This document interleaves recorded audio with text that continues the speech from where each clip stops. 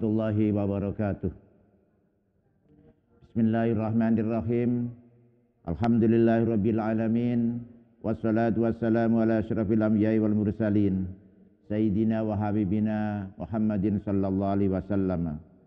Allahumma salli ala sayyidina Muhammadin al-fatih lima ughliq wal khatimi lima sabaq.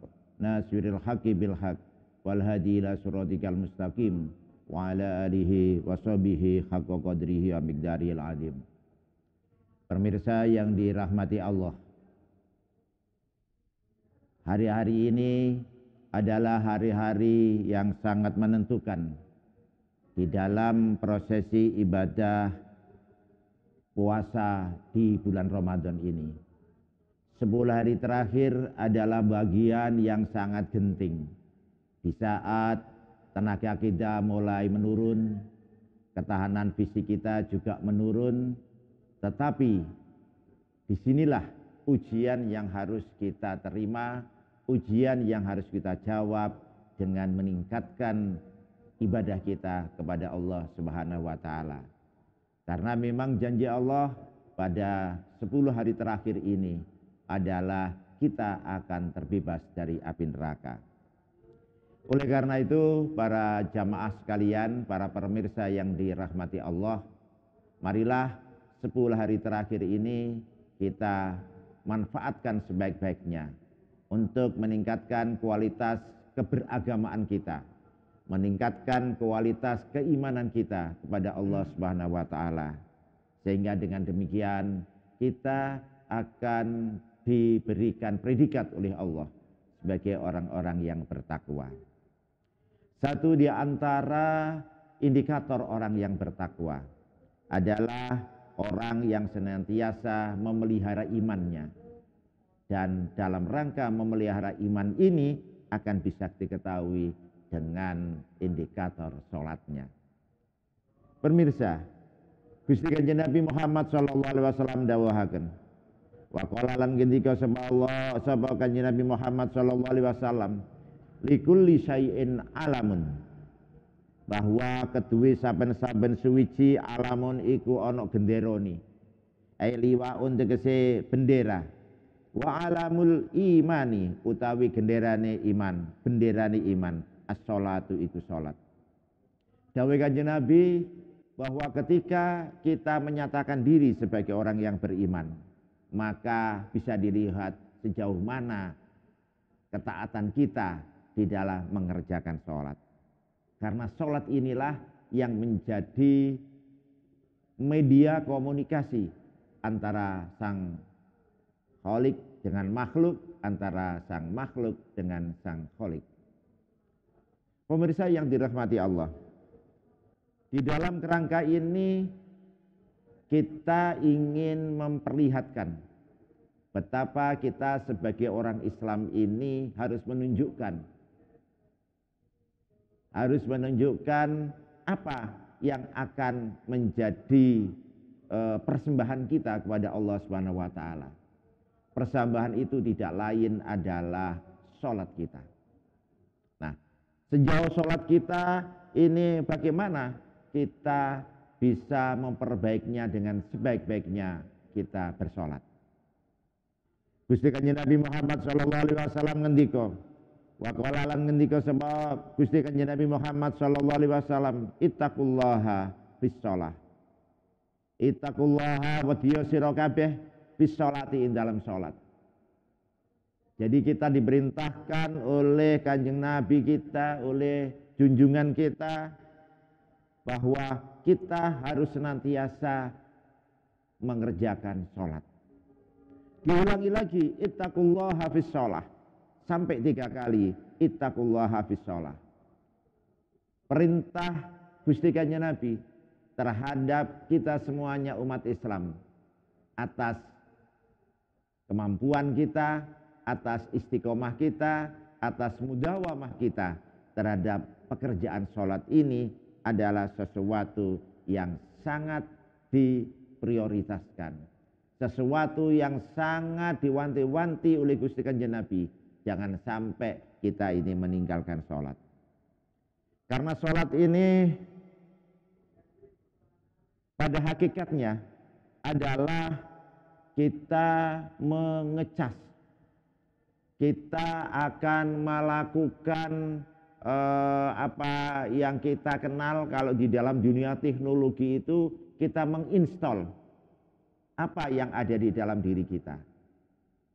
Sejauh mana hubungan kita kepada Allah, sejauh mana kita mampu untuk menerima pesan-pesan dari Allah, menerima nur-nur daripada Allah, itu adalah medianya, tidak lain adalah sholat. Nah, oleh karenanya Gusti Kanjeng Nabi kali dalam hadis ini, ya, supaya kita senantiasa memperhatikan terhadap sholat kita. Sholat tidak hanya dari segi kuantitasnya, tetapi bagaimana kualitas sholat itu betul-betul kita jalankan dengan sebaik-baiknya. Ya, jadi mulai kita Allahu Akbar sampai dengan kita Assalamualaikum warahmatullahi wabarakatuh. Sejauh mana dalam waktu rentak waktu antara 5 menit sampai 7 menit ini kita mampu berkomunikasi dengan Allah. Ketika kita mampu berkomunikasi dengan Allah dengan sebaik-baiknya, maka disitulah ya ruh kita, jiwa kita, apa yang ada dalam diri dalam kita ini semuanya diinstal ulang. Dengan adanya itu, maka yang nampak di kemudian hari sebagai akibat daripada kualitas yang sholat yang baik adalah bahwa kita akan mampu untuk mengerjakan sesuatu apapun itu dengan kualitas yang tinggi pula. Kemudian selanjutnya, masih di dalam kerangka ini, di samping kita harus memperhatikan sholat kita, maka ittaqullaha fima malakat aimanukum. Ittaqullaha wa diyasira kabeh Gusti Allah fima ing dalam barang malakat kang miliki aimanakum pira-pira tangan ira kabeh. Ya. Jadi kita diperintah oleh Allah untuk memperhatikan ya apa-apa yang kita miliki. Yang kita miliki itu apa? Harta benda kita. Bagaimana harta benda kita ini kita jaga dengan sebaik-baiknya, sebagaimana menjaga sholatnya. Artinya apa? Ini menunjukkan kepada kita betapa kita di dunia ini bekerja apapun dan kemudian mendapat rezeki apapun, anugerah daripada Allah ini harus kemudian dijaga dengan sebaik-baiknya. Ini bagian yang menjadi paralel dengan kita menjaga sholat. Jadi tidak cukup hanya menjaga sholat. Supaya kita ini di dalam beragama itu menjadi lebih baik, di samping menjaga sholat juga menjaga apa yang menjadi milik kita. Anak kita, istri kita, keluarga kita, komunitas kita, dan apa yang kemudian menjadi interaksi di antara kita. Ini kita jaga dengan sebaik-baiknya. Kita komunitas Nahdlatul Ulama, kita jaga NU-nya, kita jaga warganya, agar supaya apa? Ini menjadi bagian daripada khidmah kita kepada Allah Subhanahu wa Ta'ala. Jadi di samping menjaga sholat juga harus menjaga apapun yang kita miliki. Selanjutnya di dalam hadis ini juga disebutkan, ittaqullaha fi dha'ifaini al-mar'atil armalati. Ittaqullaha wa diyasira kabeh Allah Gusti Allah fi dha'ifaini ing dalam wong loro kang apes. Siapa dua orang yang apes ini disebutkan al-mar'ah wal armalah. Jadi adalah wanita-wanita ya, adalah wanita-wanita yang janda. Jadi janda ini harus kita kita berikan perhatian. Bukan kemudian perhatian itu kemudian semua janda kita kawinin, bukan. Tetapi harus memberikan perhatian. Karena apa? Mereka ini butuh dukungan dari semuanya. Dari masyarakatnya, dari sanak keluarganya, dari handai tolannya dan sebagainya. Semuanya ini butuh. Ya, dibutuhkan untuk memihaki kepada perempuan yang janda itu. Kemudian yang kedua adalah wasobiyil yatim, kepada anak-anak yatim. Jadi dua ini mempunyai posisi sama. Bagaimana kita menjaga para janda, kemudian menjaga anak-anak yatim, sama halnya dengan menjaga harta milik kita, sama halnya dengan menjaga sholat-sholat kita. Itu. Jadi inilah yang menjadikan warning kepada kita semuanya, betapa agama ini mengatur sesuatu yang tidak hanya bersifat hablum minallah, tapi bagaimana agama ini juga bermanfaat, dibutuhkan oleh manusia-manusia. Contohnya adalah menjaga harta milik kita, kemudian menjaga perempuan, para janda, dan anak-anak. Ini artinya apa? Bahwa manusia itu diperintahkan untuk berempati kepada orang lain.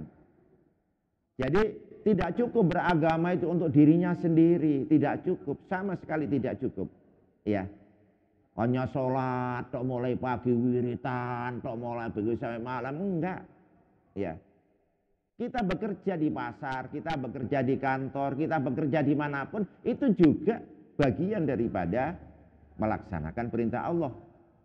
Oleh karena itu positioningnya sama, posisinya sama antara bagaimana kita bekerja sebagai manusia yang punya tanggung jawab terhadap anak istri, mempunyai tanggung jawab terhadap agama ini, maka kita harus bekerja.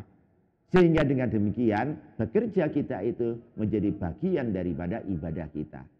Nah, ketika bekerja menjadi bagian daripada ibadah inilah yang kemudian akan melahirkan bentuk-bentuk produktivitas yang sangat tinggi. Karena sudah tidak berpikir lagi untuk misalnya kepentingan juragannya, enggak. Saya bekerja di pasar, misalnya menjadi pedagang sayur apa, enggak berkepentingan kepada siapapun, hanya berkepentingan kepada Allah. Saya menjalankan kewajiban, saya bekerja. Tentu saja kalau bekerja ini juga harus ada hitung-hitungannya. Tidak bisa bekerja itu asal laku saja, nggak bisa. Bukan begitu agama kita mengajarinya. Ya, jadi kita bekerja, kita sholat, kita apapun, misalnya berjuang, itu semuanya adalah bagian daripada perintah Allah. Jadi tidak boleh dikotomikan antara yang mahdhuh dengan ghairu mahdhuh. Antara yang betul-betul kemudian seperti sholat, puasa, ya, itu tidak bisa dikotomikan dengan yang non seperti itu. Mestinya kayak bekerja, kayak kita berorganisasi, kayak kita misalnya ngopeni NU, berkhidmah kepada NU. Ini semuanya adalah bagian yang holistik di dalam beragama ini. Ya. Nah, oleh karena itu para pemirsa sekalian, ketika kita berpuasa, menjalankan perintah Allah, di dalam puasa ini ada sholat, ada bekerja, ada macam-macam. Maka tidak ada alasan kalau kita misalnya puasa kemudiannya tidur toh, itu nggak boleh. Puasa ya tetap produktif.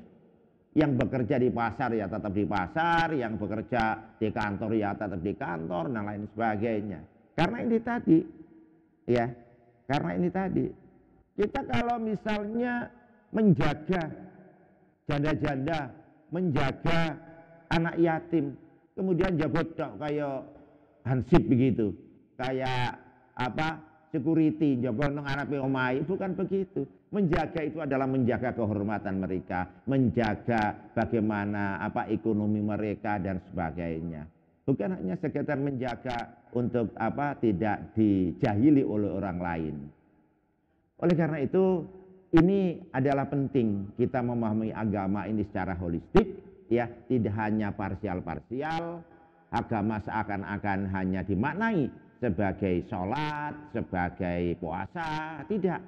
Tapi agama ini adalah mengatur semuanya, dan semua perintah agama itu manfaatnya adalah kepada kita semua ini, kepada orang-orang yang mengikuti jejak Rasulullah Muhammad SAW.